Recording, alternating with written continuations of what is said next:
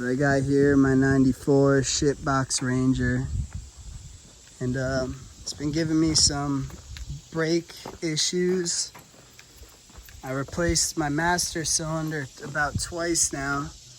I couldn't figure out why it was still acting pretty spongy, but after reading some forums online, I've deduced it might be my rear ABS unit, because I was only getting fluid out, bleeding it while the truck was on and running, but nothing when it was off. And somebody, I don't know, I read somewhere that it might be this, and people say, you know, just replace it, yada yada yada.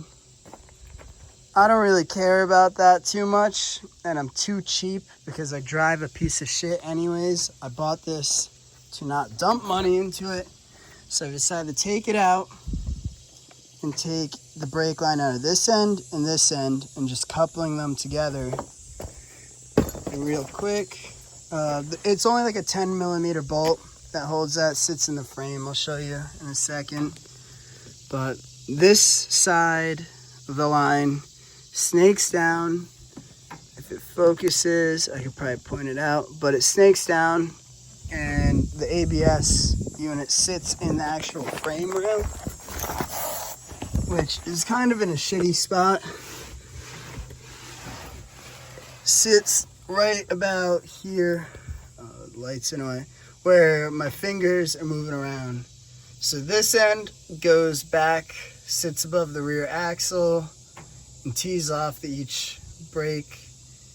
And the other end, which is sitting right here, sits up like that on the ABS unit. And right behind here, you kind of probably have to take off your wheel, maybe, to get it a bit easier. I was able to get mine out, but it's just a 10 millimeter bolt sitting right behind here that holds the whole unit in. But with me, since this is a 30-year-old truck, this side came out easy. I got pretty lucky with this side, was already rounded off to being a circle. So what I did is I took out this one, took out the unit, and then took out both ends of this brake line.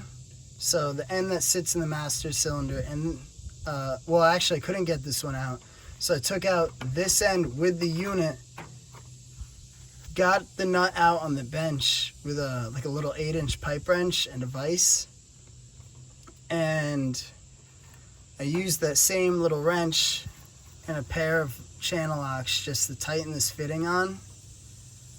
It went in pretty good, so I'm hoping this works out, and this end should just screw freely into that without much issues.